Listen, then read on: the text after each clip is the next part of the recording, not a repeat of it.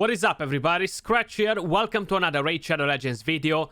As usual, guys, this week we're gonna have a 10x on some specific champions. We actually just got the information. We're gonna cover that in a second as well.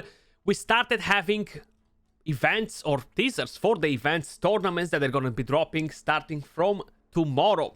So, seems like we have one for Tag Arena. We're not gonna be able to get the fragments from any of these guys because the ones that they announced were kind of like for dungeons, so we're gonna have to grind dungeons and stuff. But it seems like we might be getting some special rewards from other tournaments as well. I really hope so. They haven't really announced the fusion just yet. I do have a feeling that later on today we might be getting information for that as well, guys, so stay tuned for it. I'll drop the video as soon as I know something. Now we have a giveaway going on a video that I've made yesterday, guys. Feel free to check it out, jump in the giveaway as well, because you might be getting some gems, shard, epic book to help you with the future fusion. I will be leaving the link somewhere up here on the screen, guys. But let's have a quick look at what champions we have on the 10x this time around. So they are all written right here on the list, but I'm gonna drag it on the side, guys, and I'm gonna show you the champions while we're going through it. So the Void legendary champion that we're gonna have, of course, is not the one that I want. It's gonna be Leorius the Proud, the king of the jungle. Or king of all animals, how some of you guys like to call it. But Leorius is a beast of a champion. It is pretty good to use him on defense, okay? Candraphone is still better in my opinion, just because his force affinity. He poses a different kind of a threat.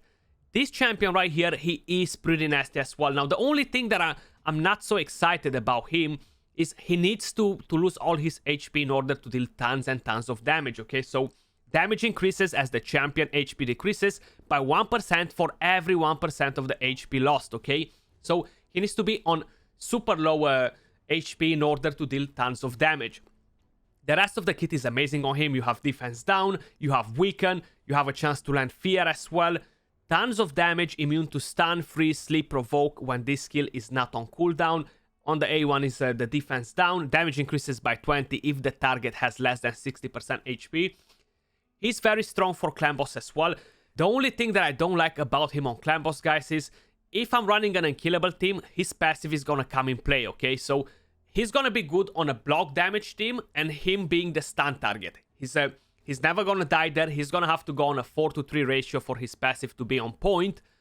And he's never gonna take the stun because he's gonna be immune as long as this skill never gets used on clan boss. You don't really need to use this skill on clan boss. You wanna use his A3. You want to use his A1, and that's going to make him a very good stun target. You're going to have a huge aura, increases ally crit rate in all battles by 24%. Now, I have him built on a Savage set, kind of like these are the stats on him. Nothing insane on him, good amount of attack, decent amount of crit damage. It's not really at the point where I would like to have him, but I'm not really using him anywhere else than Faction Wars. Time to time, I am using him in Arena. These are kind of like the masteries that I got on him. I went with a bit of support just to land some debuffs in PvE, you know, because I'm not focused on him 100% only for Arena. Definitely not a bad champion overall. The next one that we have on the list, guys, is Shamaeil. I feel like we had him not long time ago on a 10x and a double sacred event. I'm not even sure if I have him fully built. I'm missing some gear on him, but he's an awesome champion, very powerful. He allows you to make 2-to-1 ratio clan boss teams without having to use a debuff buff extender like Demita or Sunless Survivor or Godseeker Oniri, just because he grants that extra turn. Same with Seeker, he boosts turn meter, grants extra turn. Very unique champions. A lot of times you guys are asking if you can replace this champion in your clan boss team, like Seeker as well. Can I replace him with the rare version with Doomcreech? No, because they don't gain extra turn. That's what makes it possible, guys. So it deals tons of damage, very good attack aura for dungeons, 34%. This skill right here deals insane damage on clan boss, just overall insane damage. And this skill is what kind of makes him a god, okay? Increase speed, increase crit damage, places True Fear and a leech debuff on all enemies for 2 turns. Like when they buff this champion, it moved from trash to god tier instantly because he's such a powerful champion. His A1 from a single target can become AoE. Definitely a champion that I would open shots if I wouldn't own one. Now, the next one that we have on the list is one that you kind of want to avoid, man, because it's one of those champions that nobody really likes. And sorry, I went to the wrong faction. Noble, okay? I don't own him. I'm not the type of person who collects all the trash champions as Pokemons. So on the A1, attacks one enemy, 50% chance to decrease the duration of 2 random buffs on the target by 1 turn. If the target is under true fear, etc., which doesn't work on bosses, so it's pretty useless. On the A2, attacks one enemy, will ignore 30% of the target's defense, fills this champion's turn meter by 25 after the attack. If the target is under fear or true fear debuff, decreases the cooldown of Dismay skill by 1 turn.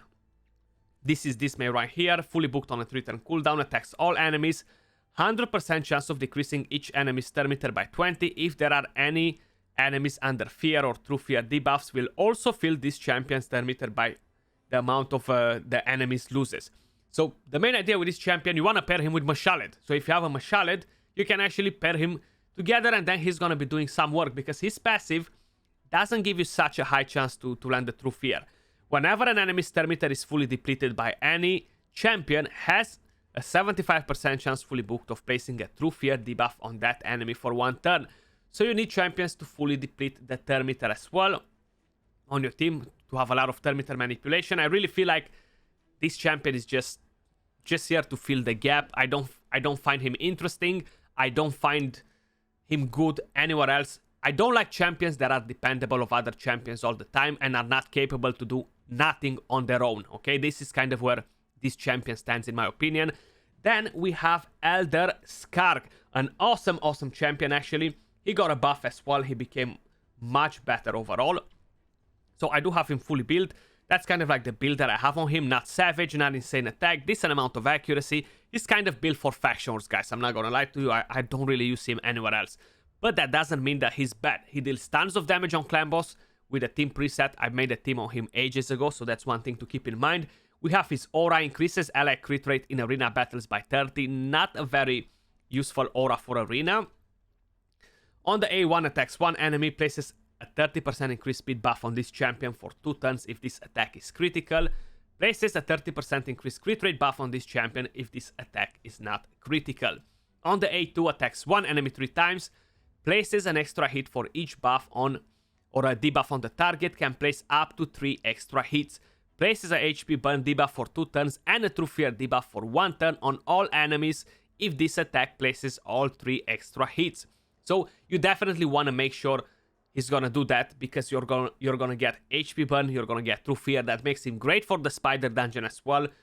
Great as a CC and a damage dealer as well.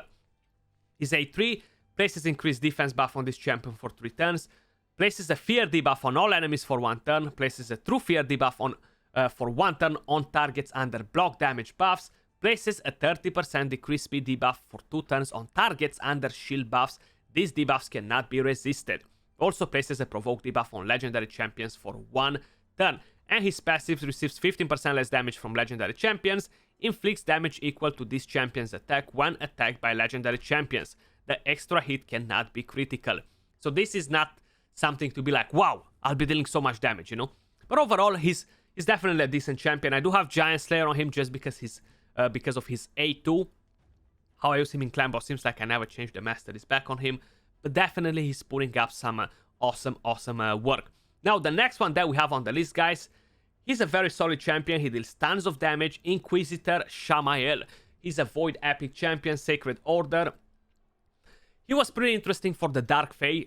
The only thing is that his passive was bugged there. I don't even know if they fixed it now or no.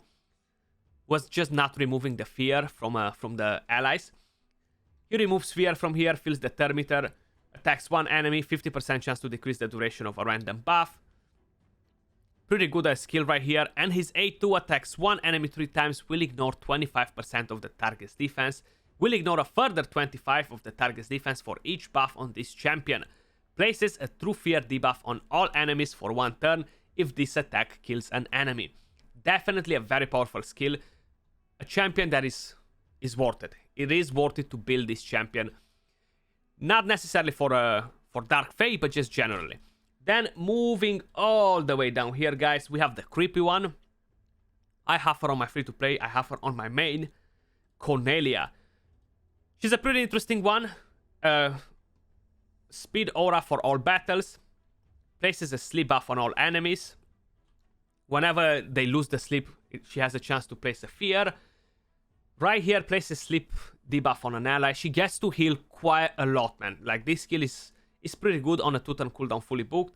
And on the A1, 50% chance to increase the cooldown of one of the target skills by 2 turns. Decent champion, definitely not a bad one. She just looks pretty creepy, so I'm not sure if you want to use her or not. Then we have Masked Fairmanca. I gotta remember his faction. Might be Bannerlords, I'm not even sure anymore. Yeah, Masked Fairmanca, that he's awful. I don't like him again. He was released last year for Halloween. Definitely not a fan of his kit. He's really dependable of fear. And again, he's just not doing the job, you know. I honestly don't like the champion too much. I'm not sure about multipliers, guys, but if the only thing that he does is deals damage on a single target, it's definitely not worth it. Base stats are not amazing.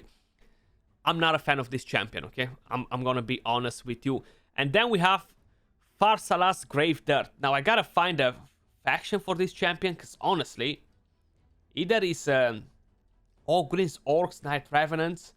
I just can't remember, man. Like, I haven't seen this champion in ages. I can't remember from which faction he comes.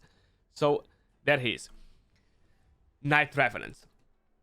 Let's check what he does. He was added to the game recently as well. Attacks one enemy, 30% chance to land a provoke debuff.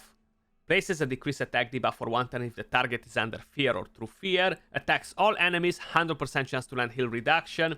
Places a shield buff on all allies for 2 turns equal to 30% of the max HP. And a strengthen buff on all allies for 2 turns. That's on a 3-turn cooldown. Not bad to have strengthen and shield on a 3-turn cooldown. And we have immune to fear and through fear. Whenever an ally HP drops below 50 from an enemy attack, has a 50% chance of placing a fear debuff on the attacker for 1 turn. Whenever an ally dies, has a 75% chance of placing a true fear debuff on all enemies for 1 turn. And Aura for Faction Creeps increases defense by 30%. Decent champion, not too crazy. And there's more, guys. We are also planning to launch a guaranteed champion event. It will be launched simultaneously with a 10x event.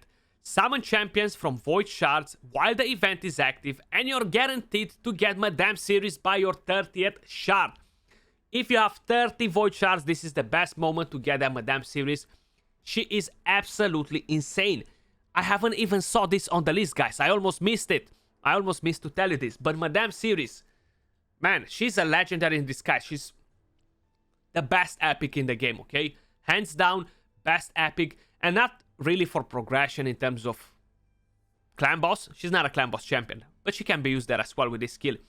She is amazing for arena, amazing for dungeons, just to have that defense down, attack down, block debuffs if she still buffs. She's a very, very powerful champion. In my opinion, she's the best epic champion in the game because she's the most used epic champion on my account together with Maneater. So it's a bit debatable there, but Madame Series, 30 Void Shards, guys. If you have it, go and do it. Now, maybe some of you managed to save 30 Void Shards since the last 2x Voids, which was 5 weeks ago. So you might be in a sweet spot with the Void Shards. If not, you might be pretty damn close to it. That was all for this video, guys. I wish all of you luck to get the champions that you're going for. Don't forget to smash that like button, subscribe if you haven't done it yet, and I'll catch you all soon on another video. Peace.